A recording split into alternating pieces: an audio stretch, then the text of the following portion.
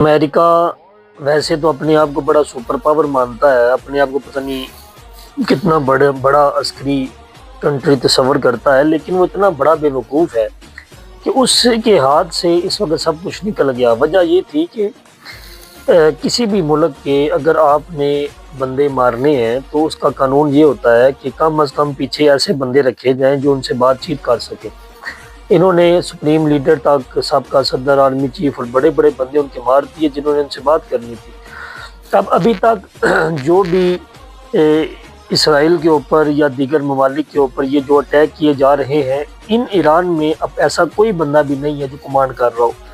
ये सारा जो सेटअप है, ये सारा जो मैं एक स्केड्यूल है, ये सारा आयतुल्लाह खमनाई साहब जो थे वो बना के गए थे कि अब मुझे लगता है कि मेरी जान को ख़तरा है, अगर मैं दुनिया से चला गया तो तुम उसने एक कोड बनाया, फौज आपने ये काम करना है, आपने बहरीन को पकड़ना है, आपने अड्डे उड़ा देने हैं, आपने जो है इनकी इकॉनमी गिरा देनी है, आपने ये काम करने हैं, आपने इनकी जंगी जो बेड़े हैं उनका जो है वो आपने तबाह कर देना है। अभी बड़ों को भी नहीं पता कि किधर किधर मसाइल चल रहे हैं। बहरीन में लादा चल रहे हैं, दुबई में लादा चल रहे हैं, इनकी इकॉनमी बेड़े लादा तबाह हो रहे हैं। उसने इतना भी नहीं किया कम, और बात करने वाला एक भी नहीं है उनमें। अब बात कौन करे आगे? जो आगे आज अमेरिका कहता है मुज़ाकरात करो, ये कहते हैं मुज़ाकरात नहीं करते। मुज़ाकरात कौन करे? आगे कौन जाए? ये भी इतनी उसकी बड़ी बेवकूफ़ी थी कि एक दो बंदे मारे जाते हैं और कुछ बंदे पीछे रखे जाते हैं जो टेबल पे बैठ के, मेज़ पे बैठ के जो मुज़ाकरात हल कर सके। अब ईरान के पास कोई एक ऐसा बंदा भी नहीं है जो इनके पास जाके बैठ के जो है वो मामलात हल करे।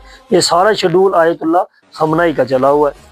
तो अब उसको ये था कि मैं दीगर ममालिक से हमले करूँगा, ठीक है। बहरीन से हमला कर दिया, कतर से हमला कर दिया, दोहा से हमला कर दिया, दुबई से हमला कर दिया, सऊदीया से हमला कर दिया। अब इन्होंने सबसे पहले जो अमेरिका की जो अस्करी अड्डे हैं जो वो सारे उड़ा दिए।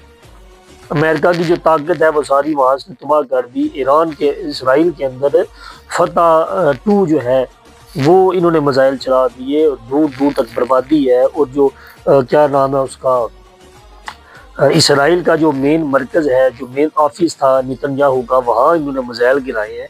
अभी उसकी कोई खबर नहीं है, वो जिंदा है मर गया। ईरान का तो ये कहना है कि हमने जो नेतन्याहू है उसको हमने क्या कर दिया, वास्ते जहन्नुम कर दिया। 5-6 बड़े बड़े इनके जो वजीर हैं वो सारे मारे जा चुके हैं। इसराइल का आर्मी चीफ मारा जा चुका है, बड़ी बड़ी बिल्डिंग्स तबाह हो गई हैं और दीगर